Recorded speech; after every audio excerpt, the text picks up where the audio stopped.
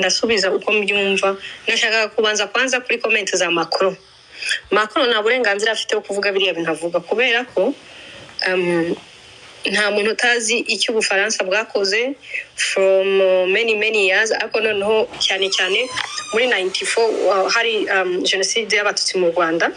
France ntabwo ya aminze one, ntabwo yaherekeje gusa abicaga babibona, ariko ngewe ndibuka Abafaransa muri ka ya Mugunga ibyo bakoze, kwanga kuva kwizima, kumva ko bagomba nanone gufasha guverinoma ya kera kugira ngo bagaruke barwane mu Rwanda. So maze gusoma iriya tweet njye nayifashe nka trash, kubera ko the guy comes from his point and his comfort zone guhereza abantu instruction on what to do. Iby'ira M23, I'm not speaking for M23. I'm not supporting any fight. I'm just supporting whoever who's centering umuturage, whoever who seek justice, whoever udakora ibintu bibi aho ari. Ibyo bibi peut-être wansaba analyse yabyo, ariko usomye iriya statement ya Macron, not only so stupid in our context and today. Macron muri tweet ye ntabwo yavuze any other rebel movement cyane FDLR yo azineza, kubera ko Macron is between two things. Macron numwana waje ba papa we na ba oncle we bari bafite bonyine ideology ya genocide. Nukuvuga ko nigi yavuga ikintu kimwe bakuru be muri politique baba bavuga ibindi, kubera baba babona ko ashaka kubavamo. So sometimes I understand Macron position ujyanye n'abakonservateur bo mu Bufaransa na politique yabo kuva kera muri region, ku buryo nawe sometimes hari ibintu atinya kuvuga kugira abo bantu biwabo ntibamumerere nabi. Ariko currently niba ushaka gufasha this region, you cannot say anything before you address FDLR. For me, I take this personal, kubera ko I know the injustices abantu baciyemo mbere, injustice abantu baciyemo mbere ya genocide muri 94 na after that. So for us, we are kind of the product of injustices. Intare and FDLR brought Intare, which organized themselves and came to call themselves FDLR. Kuba yatanga ordre akavuga ndasaba M23 kwiva i Bukavu. Are you ignoring what is happening? Is M23 fighting itself? No, ntabwo iri kufightinga yonyine, iri kufightinga na FDLR, iri kufightinga n'u Burundi, igafightinga na wazalendo, igafightinga. Uyu munsi ugiye ukabaza umuturage wa Goma wantuza umuntu wari urimo uramukorera nabi no wazalendo.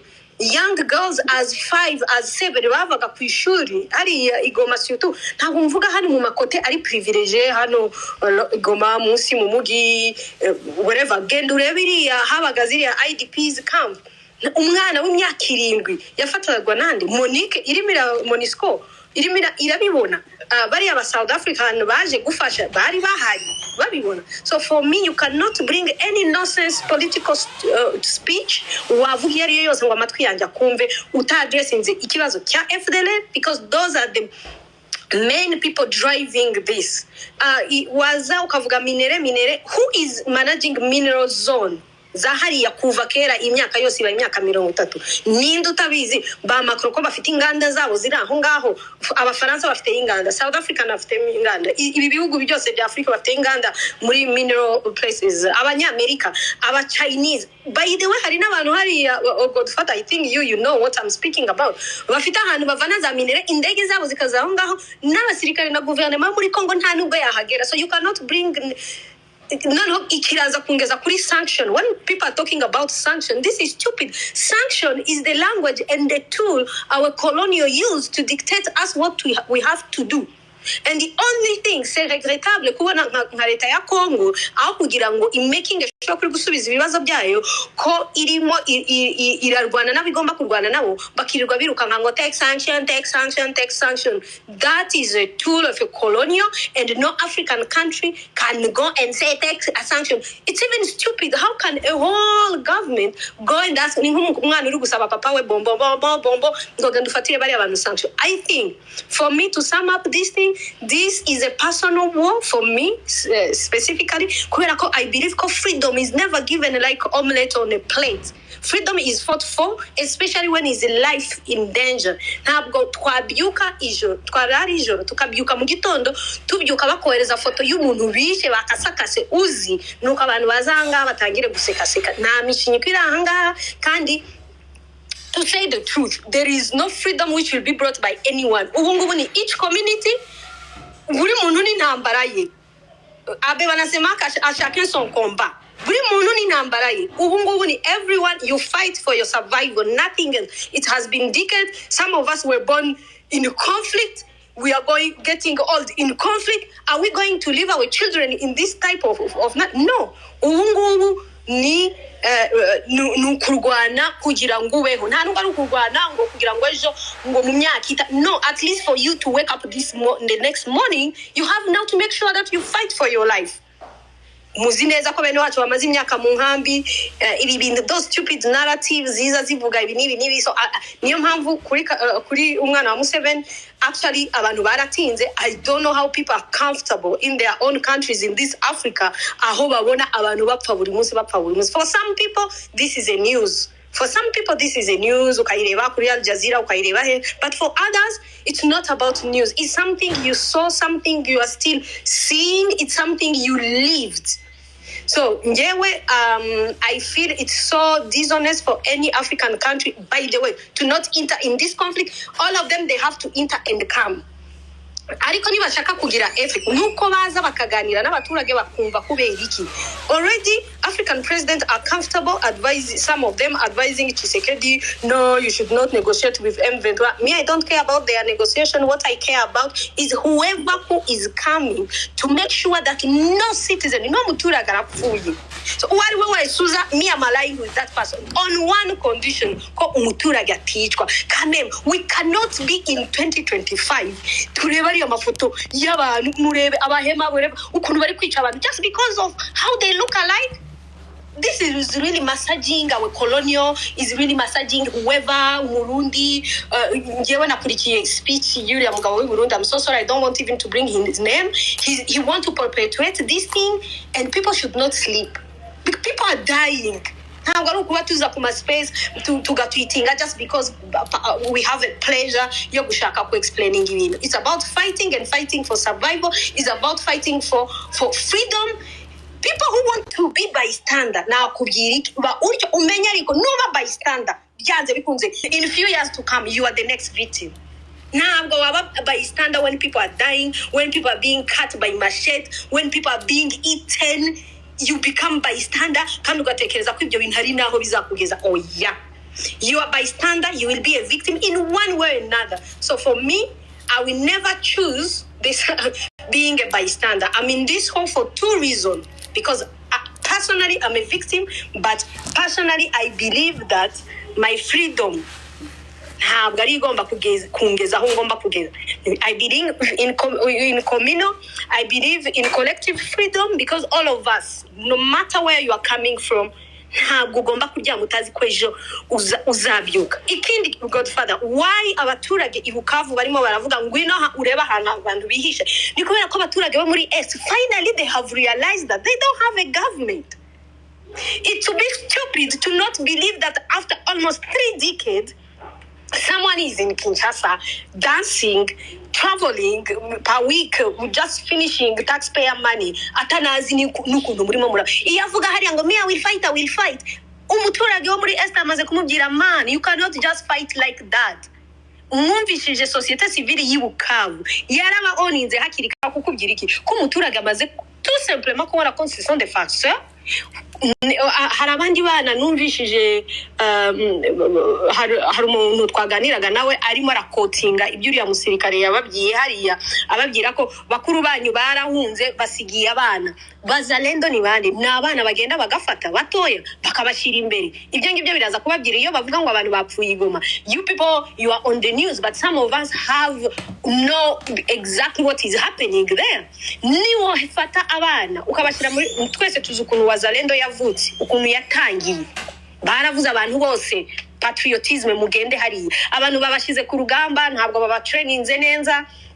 ni n'abana bamwe bavuye mu ishuri bagiye barabishyuye $10 hariya, abana baragiye hariya, abatagiye muri Wazalonde bagiye muri FDLR, noneho bagera ku rugamba bagashira abana imbere, bamara gushira abana imbere bajya kurwana, abana barapfa nk'isazi, of course, because iyo ugiye ku ntambara uba uri ready ibintu bibiri, kubaho cyangwa gupfa.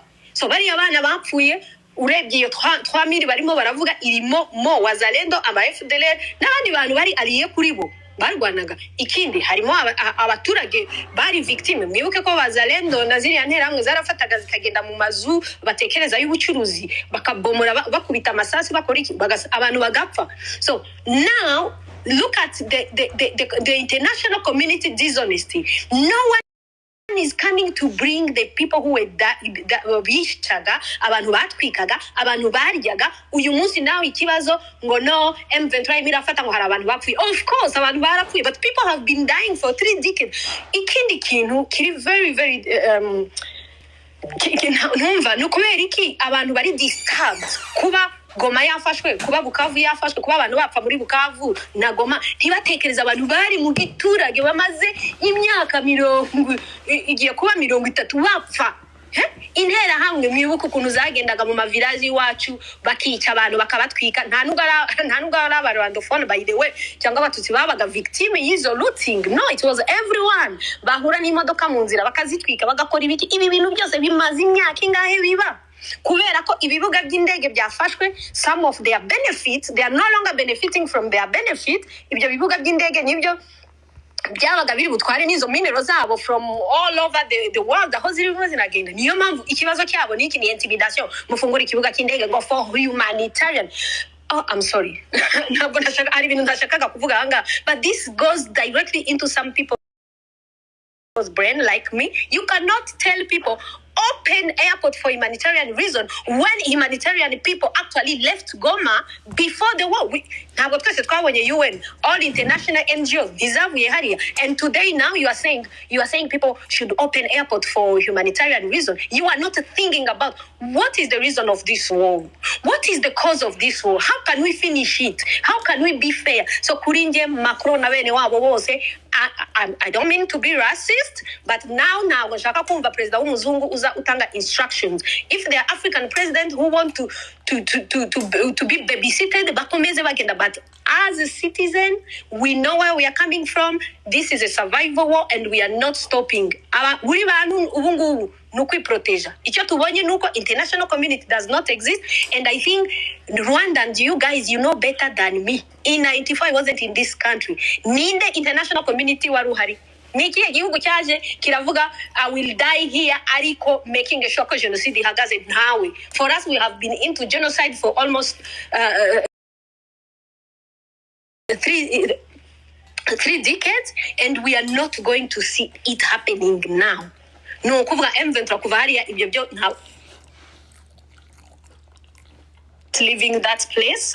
I'm not M23, but as someone who has been affected, and by the way nigiye bavuga kuriya ngo M23 is Rwanda, so barumva se abantu babaga mu nkambi for almost 30 years all over in the world batari capable yo kugenda bavuga ngo turashaka kubi wacu, turashaka by the way stopping this killing.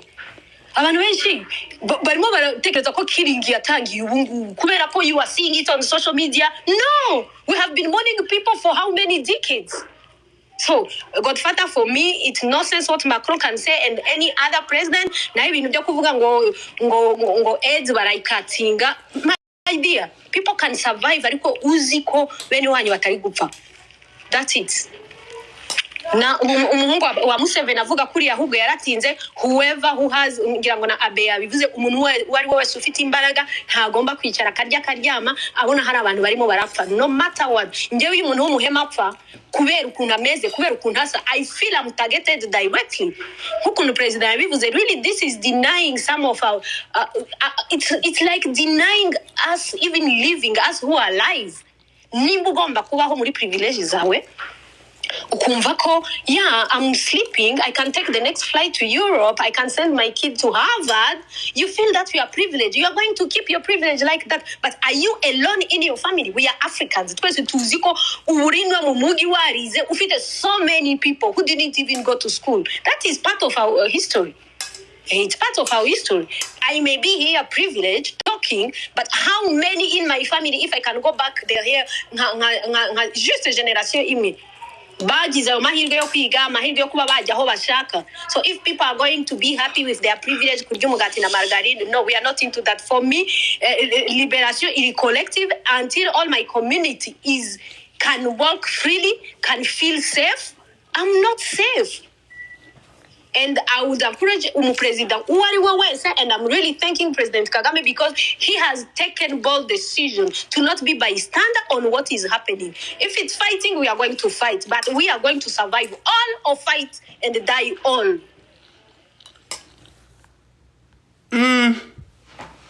Thank you. All right, we have Mr. Ignatius. Good morning, good afternoon, good evening, sir. Good morning, good afternoon, good everything.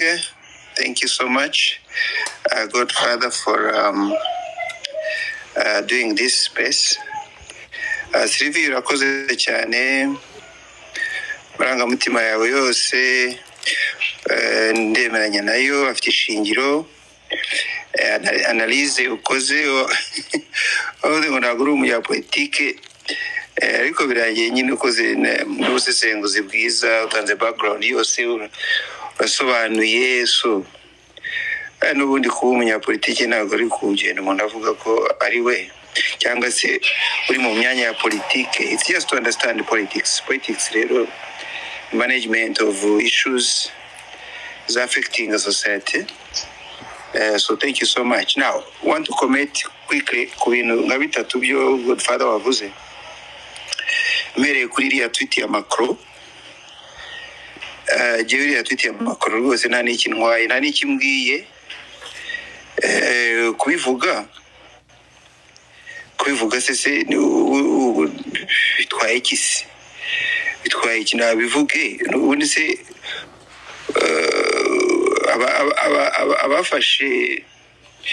abafashe Kavumu then Bukavu ntago babanje kubisabira uruhushya, kandi nta nubwo babikoze byemewe na bose.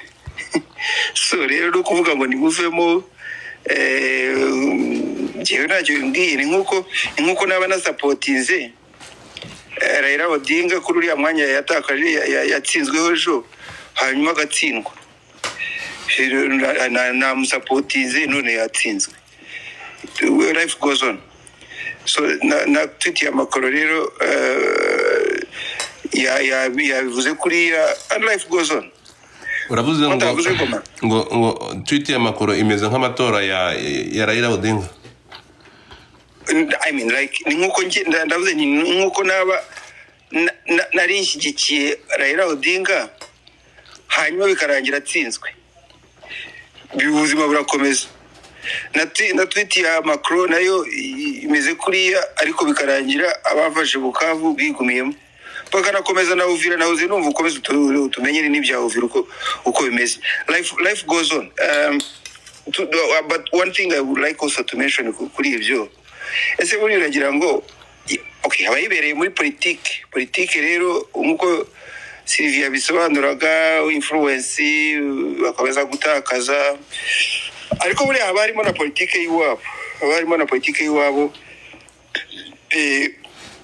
ari President Kagame yigeze kuvuga ati rega na Tshisekedi iyi ntambara nayo ntiyayishakaga, nabamwoshya nabamushuka no kwera inyungu z'abandi. Buri hari n'ibyo Macron ashobora kuvuga kwera inyungu za politike z'iwabo, kubera ko nta nubwo nkeka ko yigeze ahindura imitekerereze ye kuri President Tshisekedi n'ibya Kinshasa igihe yari yababwira ati mureke gushyira mu majwi u Rwanda, kuko ibibazo biri ahangaha, ibibazo byo muri Eastern Congo ni ibibazo bya DRC, ni ibibazo byo byanyu internally. Rero gushyira mu majwi u Rwanda rwose mu byihorere, your problems are internal, they don't come from outside, they don't come from Rwanda.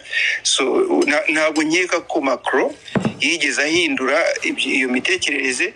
Iriya tweet nyine ni tweet, uraza kubona ko ari naho ngaho bigarukiye kuvuga nyine kugira ngo umuntu abone ko umushyigikiye n'abandi babone ko ushyigikiye ibyo ko batavuze se ko atari yabivuze se Goma se sorry Bukavu irakomeye kurusha Goma ko ntacyo yari yavuze se. So it's a passing tweet, you just let it go. Wabonye ko navuga ngo ndasaba u Rwanda ko rushyigikira rusapotinga ibingibi, ntabwo yavuze ngo ndarutegetse cyangwa se ngo naritabikora ngo ndagira gute. Reka da yivugiye arikomereza, ni nka wabone ngo ni ugutwika yimanukira. Rero nawe yatwitse arimanukira, uraza kubona ko akazi gakomeza nk'uko kari karimo gukorwa. So I just ignore it and I think it's not very important nk'uko Sivera arimo kubivuga. Point ya kabiri uyize gukomozaho ni ibyavuzwe na President Ndayishimiye, unavuga ko ngo ufite amakuru ko bagenda bacisha make. Nibyo yavuze. So ibyo bibi byose aho biri hose, aho ubwicanyi bubereye niho babusanga.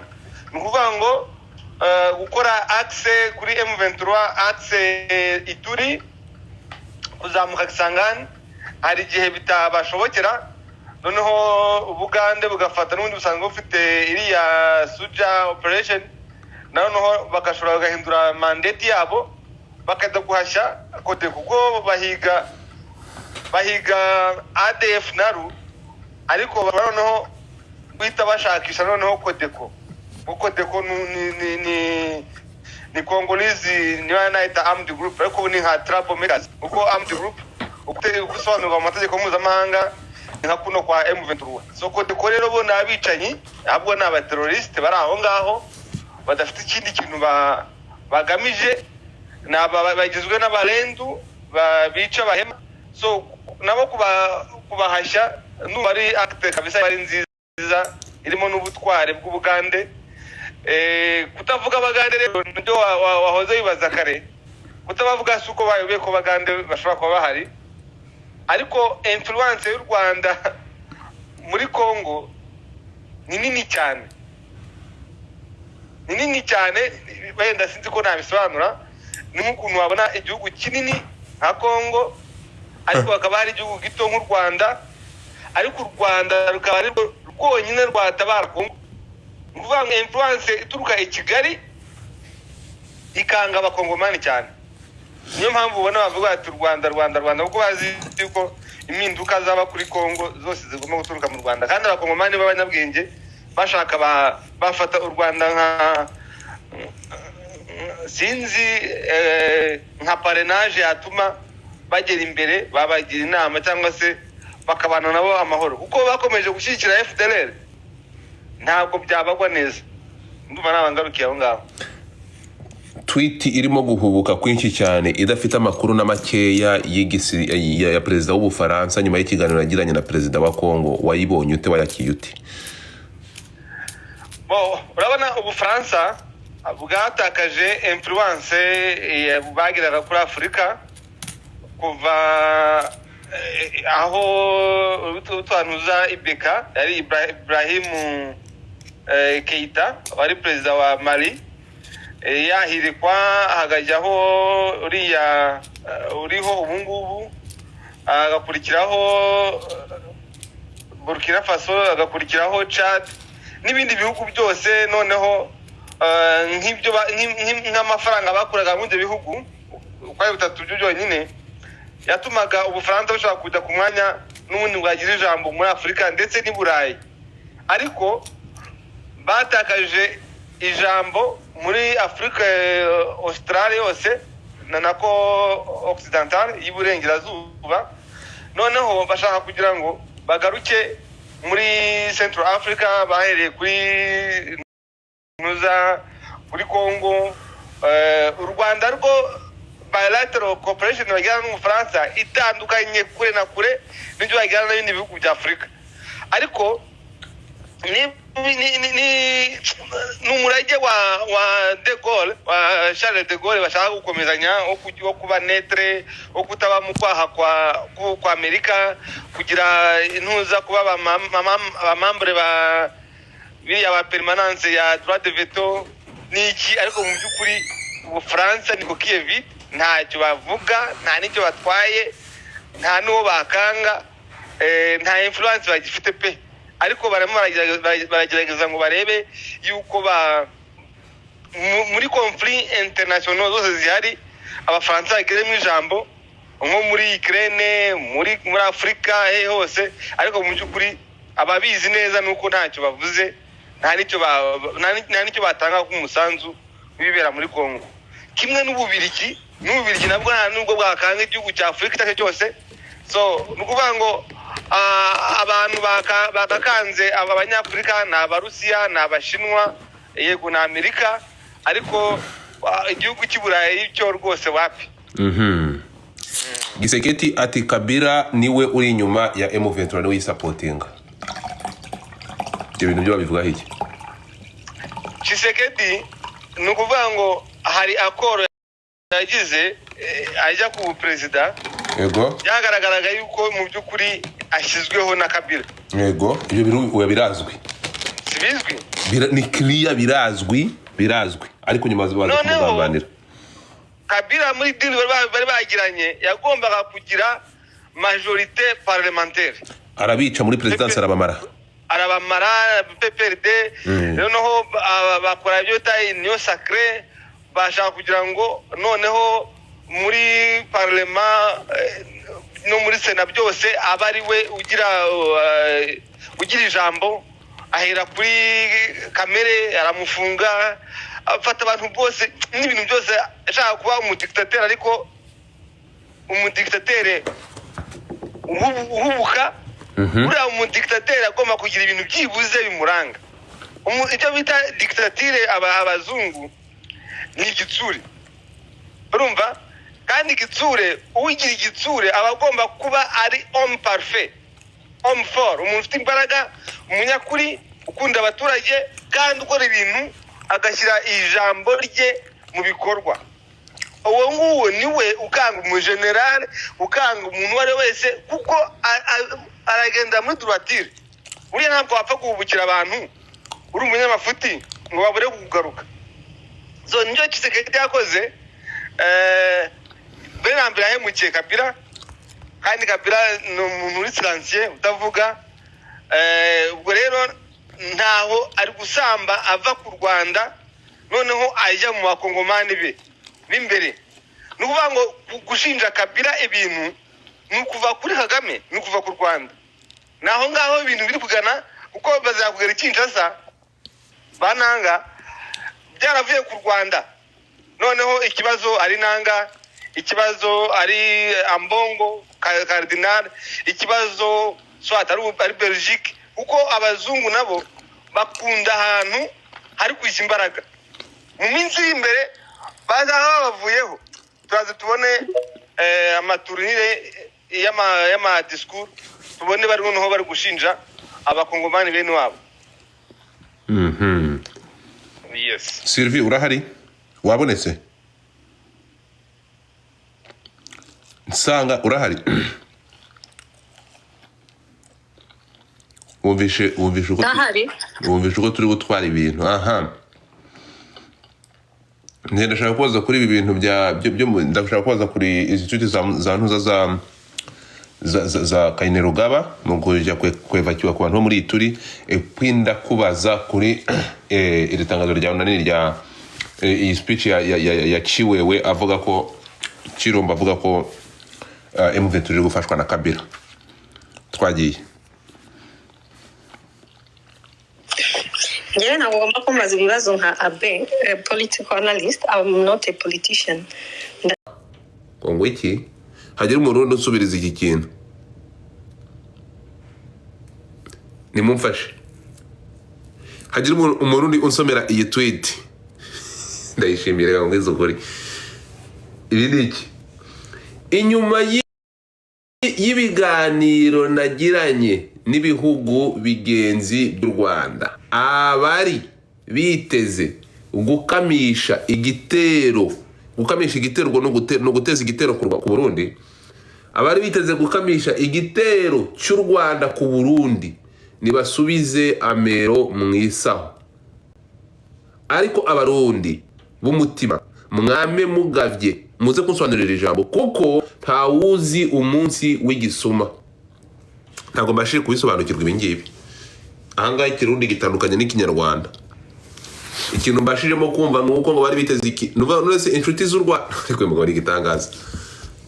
Ikirundi abarundi mushobora kuza kumfasha iyi tweet kuko nshobora kuba ntayumvishe neza kandi ifite isobanuye. Muze kumfasha muze kumfasha cyane. Uyu mugore w'umunyamurenge i Rusizi yansekeje ndatembagara. Uyu nguyu yakoresheje amarangamutima ariko nimva mutima ze birumvikana. Uyu nguyu tuwe tumuvuyeho. Ntabwo ngiye ndibuze gutinda muze kumbabarira ndabizi ko mushaka kugira ngo tugumeho ibukavu gato. Ntabwo nshaka kuza kuguma ibukavu. Ibukavu ndiko ntashaka kugumayo. Mwese mufite amarangamutima ariko nta kintu tufite cyo kuvuga Bukavu yavuyemo kama kawaida. Mwese ni iki mutari muzi. Bukavu yagombaga kuvamo ibyo ni kama kawaida ariko noneho tuze gusubira inyuma. Turi mu tundi duce. Mwaba mwamenye niba unani Bunia. Niba mwamenyera niba Bunia yamaze kuvamo. Ibyo Muhozi yavuga ko agiye gutabara abahema nibyo byamaze gukorwa cyangwa namani y'amagambo ye. Avuga. Muze kumpa amakuru. Muhozi yamaze kana Bunia. Kubera iki mu mvugo ze kuva ejo Muhozi amagambo ari gukoresha muri kuyabona none ari kwandika ikinyarwanda gusa. So ngayo uko metre abe nagusuhuje bimeze bite? Ni sawa gahunda gusukura karere irakomeje. Na Bunia rumva ni ngomba yuko naho hasukurwa. Kandi ni igihe nyine umuntu wese ufite ubushobozi n'ubumenyi n'ubwenge no gukunda Afurika cyane cyane yo mu biyaga bigari bya n'Uburasirazuba bwa Afurika agomba guca biriya bintu by'ubunyamaswa kuko ibyo ba Kisekedi na bagenzi be n'abatekereza nk'abagamije nta bukizi uretse gusubiza abantu mu buhenebere. So rero amagambo Muhozi akoresha mu by'ukuri ni amagambo revolutionnaire, ni amagambo mediatique, aho agomba kuvuga ikintu abantu batekereza ko kitakavuzwe. Ariko tumenyereye yuko politike ari ibintu byo kubeshabesha ama conspiracy yabo, ariko urabona ko ubu ngubu n'ugukanda ikibyimba nyine ubabaye akababara. Ariko kuko n'amagambo Perezida Kagame yavugiye Addis Abeba, yavugiye Dar es Salaam, byose ni ibintu bigaragaza yuko noneho cette fois-ci ni uguhandura